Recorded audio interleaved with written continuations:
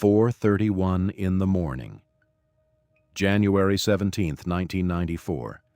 The ground underneath Los Angeles rips open along a fault line nobody even knew existed. Magnitude 6.7. 10 seconds of violent shaking that ripples out from the San Fernando Valley across an entire metropolitan region. Freeways buckle. Gas lines rupture into fireballs visible for miles. A veteran Los Angeles politician who lived through it later put it simply, "It felt like somebody had dropped a bomb on the city. And when the sun comes up, the damage bill comes out to more than $20 billion. The costliest earthquake in American history at that point. A city of millions should have been flattened. And when the dust settles, most of it is still standing." 57 people died that morning. More than a quarter of those deaths happened inside a single building, one address, while tens of thousands of buildings across the city walked away with cracked plaster and broken windows. Here's what this earthquake actually reveals: why a city built on some of the most dangerous fault lines in the country managed to survive a magnitude 6.7 quake with most of its buildings intact. How California engineers that kind of survival into its skyline block by block. And why, in the middle of all that success, one specific type of building had already been quietly flagged as a death trap years before this earthquake ever happened. Start with the shake itself. A magnitude 6.7 isn't the biggest earthquake on record, not even close. But it struck directly underneath one of the most densely populated valleys in the country, and the fault that ruptured was what geologists call a blind thrust fault, buried so deep and hidden so well that nobody had mapped it before that morning. No warning sign, no known fault line on a map. The ground just broke, in a spot nobody was watching. Shaking lasted around 10 seconds. That doesn't sound like much until you remember buildings are designed the way suspension bridges are. Not to be rigid, but to move, absorb, and settle back into place. Los Angeles and California more broadly had spent decades building an entire philosophy around exactly that kind of movement. Steel frames flex under lateral force instead of snapping. Reinforced concrete cracks in controlled, predictable ways instead of shattering all at once. Building codes get rewritten after every previous quake, each revision a lesson learned the hard way. On the morning of January 17th, that philosophy got tested against one of the worst earthquakes the region had ever seen. 82,000 buildings across Los Angeles were damaged or destroyed that day. 7 freeway bridges collapsed outright. More than 200 others were damaged badly enough to close. Entire sections of the city lost water, power, and gas at once. In the days that followed, city parks across the San Fernando Valley filled with tents. Families too afraid, or with nowhere safe left, to sleep back inside their own homes. Walk through almost any modern neighborhood in the city today, and you'd never know a magnitude 6.7 earthquake tore through it 3 decades ago. Most buildings did exactly what they were designed to do. They shook, they groaned, they cracked in places, and they stayed up, with people still inside them. That's the story everyone wants to tell about Northridge, a city that got hit by one of its worst nightmares and mostly survived because of decades of smart engineering, tested in the very earthquakes that came before it. That story has a hole in it. The hole is an address on Reseda Boulevard in the northwest corner of the San Fernando Valley.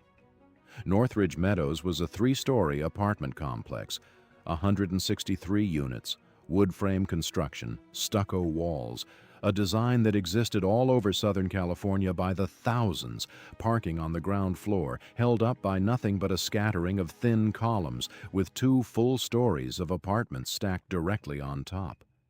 It's called a soft-story building, a rigid, heavy structure sitting on a floor that's mostly empty space, built that way so residents could park their cars underneath their own homes.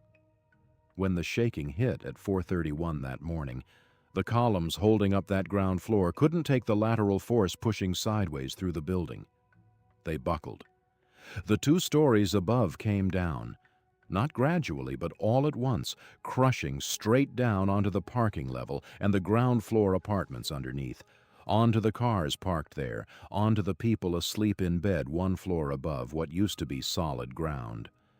Survivors who lived nearby described the sound as if someone had picked the entire building up off its foundation and slammed it back down into the earth. 16 people died in that single collapse. Every one of them was in a ground floor apartment. It was the deadliest single location in the entire earthquake, more than a quarter of all the deaths in a disaster that stretched across an entire metropolitan region of millions. The rescue itself turned out to be far harder than anyone expected. When crews got inside to search the wreckage, they found something that changed the entire operation. The east side of the building had shifted 8 to 10 feet to the north. The west side had shifted the same distance to the south. The building hadn't just come down, it had twisted in 2 different directions at once. Upstairs bedrooms were no longer sitting directly above the downstairs bedrooms. Rescuers searching where a bedroom should have been, based on the floor above, were sometimes searching the wrong spot entirely. The building's own geometry was working against the people trying to save lives inside it. One firefighter who responded that morning would later describe finding a young man trapped between a metal filing cabinet and a collapsed ceiling, the weight pressing down harder on his chest with every aftershock. No ambulance on scene yet. Still too early, too chaotic. So the crew took an axe, tore a door off its hinges, and used it as a makeshift backboard, sliding him onto it and passing him out through a bedroom window to the firefighters waiting outside. 2 roommates were found trapped in their own beds, pulled out alive, injured but breathing. A rescue that, caught on camera, became one of the only moments of visible hope on one of the darkest mornings in the city's history. Not everyone made it. A reporter who arrived at the scene that day would later recall a woman gesturing frantically toward a corner of the collapsed building, toward the exact spot where her son had likely been sleeping when the ground gave way. He didn't survive. Crews kept working anyway, crawling into narrow cavities beneath the wreckage for 10, 12 hours straight, through 2 separate aftershocks that shook the same unstable structure they were still searching inside. Northridge Meadows wasn't the only place that exact failure showed up that morning, just the deadliest. A few miles away in Sherman Oaks, a cluster of hillside homes built the same basic way. Living space perched up on thin wooden stilts over a garage to take advantage of a steep slope, came down almost the same way, 9 houses collapsing off their supports within the same few seconds of shaking. Different neighborhood, different architecture, same fundamental flaw, a heavy structure resting on a floor that was mostly open air. This is the part of the story most people never hear about. If you want more of this, real disasters, real engineering, the failures nobody talks about, subscribe before we get into it. This wasn't a mystery to engineers. It wasn't some flaw nobody had ever seen before.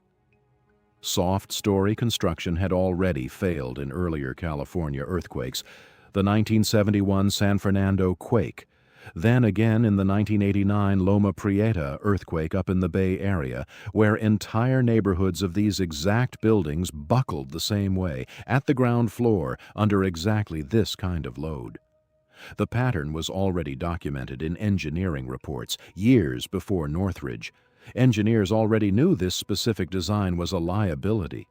And in 1994, Los Angeles still had tens of thousands of these buildings standing, unreinforced, spread across the entire city, because there was no law yet requiring anyone to fix them.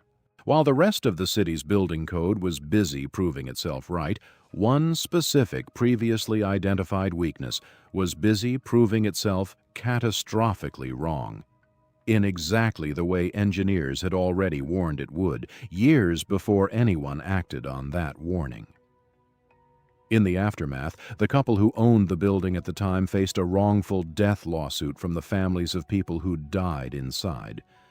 It became one of the case studies engineers still reference when they talk about the legal weight of the soft story problem. A liability question about who's responsible when a known risk sits unaddressed for years, on somebody's balance sheet, until the ground moves. Northridge Meadows became such a well-documented case that a museum out in Riverside County later built a full diorama of the complex, alongside full-scale models of the actual wood frame components that failed, using it to teach engineers and the public exactly how a building like this comes apart. The response afterward was fast, at least on paper. Los Angeles went after the buildings the earthquake had already exposed. First, the steel high-rises. About 200 of them had a hidden defect, a welding problem nobody had caught until Northridge's shaking cracked those joints wide open. Those got mandatory fixes. Then came the concrete tilt-ups, heavy walls poorly connected to their roofs. Over 2,000 of those needed the same treatment. Both got funded, both got enforced. The soft story buildings, the exact design that killed those 16 people at Northridge Meadows and the 9 families in Sherman Oaks, didn't get the same treatment. For years afterward, Los Angeles didn't require owners to retrofit them. The city didn't even keep an official count of how many of these buildings still existed across its neighborhoods. It took more than 2 decades, until 2015, before Los Angeles finally passed a mandatory retrofit ordinance specifically targeting soft-story apartment buildings, forcing owners of an estimated 13,500 units to reinforce their ground floors, whether they wanted to spend the money or not. Even today, that retrofit program isn't finished. Seismologist Lucy Jones, one of the most respected earthquake scientists in the country, someone Los Angeles has turned to for decades to explain exactly this kind of risk, has said plainly that if an earthquake like Northridge hit Los Angeles again today, we could still see a collapse just like the one at Northridge Meadows, simply because the retrofit work hasn't been completed everywhere it's needed. Half of the deaths from that one building, she's noted, wouldn't happen today, now that some buildings have been reinforced. Half of them still could. January 17, 1994 holds both of those facts at once. Decades of accumulated engineering knowledge held an entire metropolitan region together during 10 seconds that should have been so much worse. And one specific, already known weakness sat quietly unaddressed in thousands of buildings until it killed 16 people in a single location, in a single morning, and nearly a dozen more a few miles away. A city can build the smartest, most tested seismic code in the world. It still comes down to whether anyone goes back and fixes the buildings that were already flagged as dangerous long before the ground moves again. Los Angeles mostly got that right after Northridge. 30 years later, it's still not entirely finished getting it right.